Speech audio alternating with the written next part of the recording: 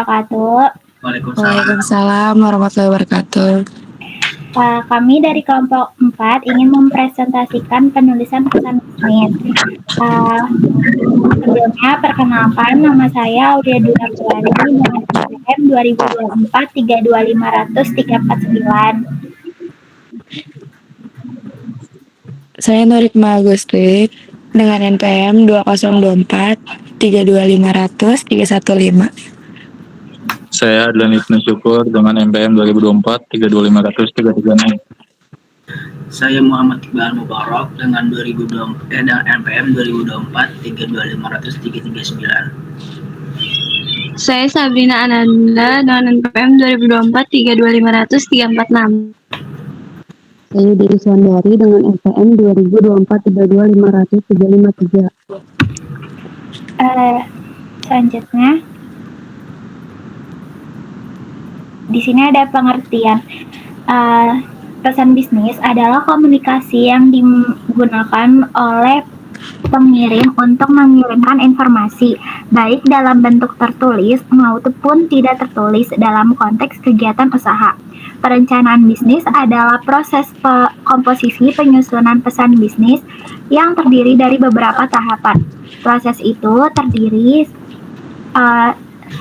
itu sendiri terdiri dari perencanaan tujuan audiens, ide, saluran, pengorganisasian ide, membuat draft, merangkai kata, kalimat, paragraf, dan merevisi.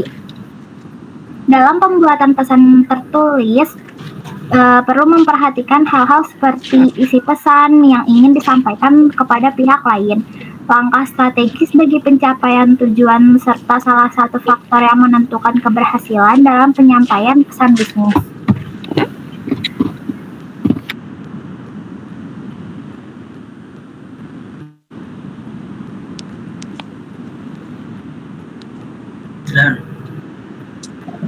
Bentuk-bentuk pesan bisnis.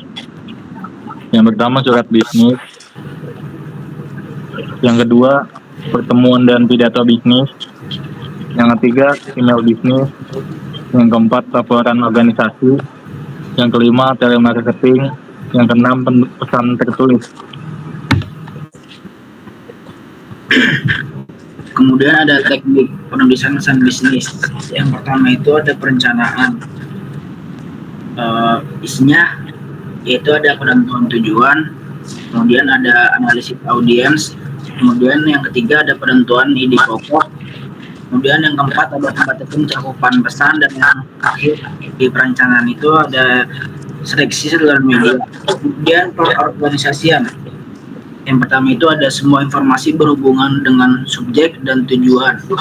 Yang kedua, mendefinisikan dan pengelompokan ide pokok dan poin-poin pendukung, dan ilustrasi dengan bukti. Yang ketiga ada revisi, yaitu ada mengedit isi, pengorganisasian, dan penulisan. Kemudian yang kedua ada mengedit teknik penulisan. Yang ketiga ada mengedit layout dan format.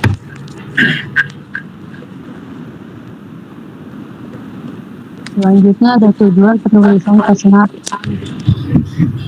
Yang pertama, memberikan informasi. Tujuan pertama, komunikasi bisnis, memberikan informasi yang berkaitan dengan dunia bisnis. Yang kedua, memberikan persuasi. Tujuan kedua, komunikasi bisnis, yaitu memberikan persuasi kepada pihak lain agar apa yang disampaikan dapat dipahami dengan baik dan benar. Yang ketiga, melakukan kolaborasi. Tujuan ketiga, komunikasi bisnis, yaitu melakukan kolaborasi atau kerjasama bisnis antara seseorang dengan orang lain.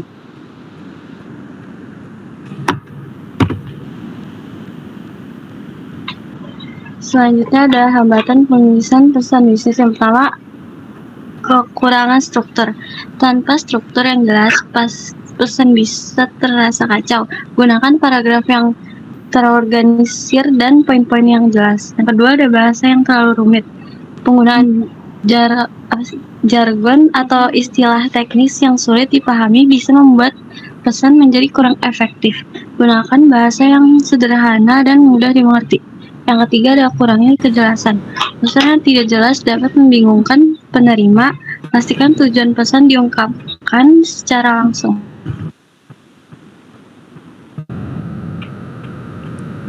Kesimpulannya, komunikasi yang efektif sangat penting dalam dunia bisnis.